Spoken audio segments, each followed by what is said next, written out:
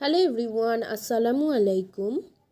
এইগুলো হচ্ছে রাজহাঁসের ডিম। আপনারা হয়তো অনেকবার ভিডিওতে দেখেছেন আমাদের বাড়িতে রাজহাঁস পোষা আছে।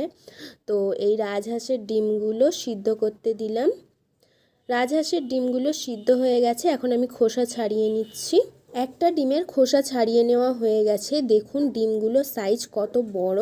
ভিডিওতে ডিমের সাইজগুলো ছোট ছোট মনে হচ্ছে, কিন্তু খুবই বড় সাইজের এই ডিমগুলো। সমস্ত ডিমের খোসা ছাড়িয়ে নেওয়া হয়ে গেছে। এখন আমি একটি নাইফের সাহায্যে ডিমের গায়ে ছিদ্র করে নিচ্ছি। সমস্ত ডিমের গায়ে নাইফের সাহায্যে ছিদ্র করে নেওয়া হয়ে গেলে একটি বোলের মধ্যে দিয়ে দিচ্ছে শুকনো লঙ্কার গুঁড়ো, হলুদ গুঁড়ো আর পরিমাণ মতো নুন।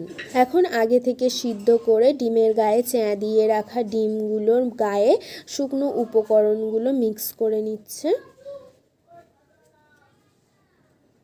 শুকনো উপকরণগুলো ডিমের গায়ে মাখিয়ে নেওয়া হয়ে গেলে একটি কড়ার মধ্যে দিয়ে দিচ্ছে পরিমাণ মতো সর্ষের তেল আর দিয়ে দিচ্ছে রেডি করে রাখা ডিম। এখন ডিমগুলো ভালোভাবে উল্টে পাল্টে ভেজে নেবে। সিদ্ধ করা ডিমগুলো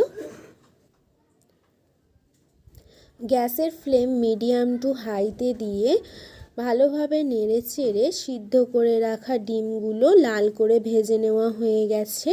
এখন আমি একটি নাইফের সাহায্যে ডিমের মাঝখান বরাবর কেটে আপনাদেরকে দেখাচ্ছি। রাজহাঁসের ডিমের কুসুমটাও দেখুন বন্ধুরা কতটা বড় সাইজের।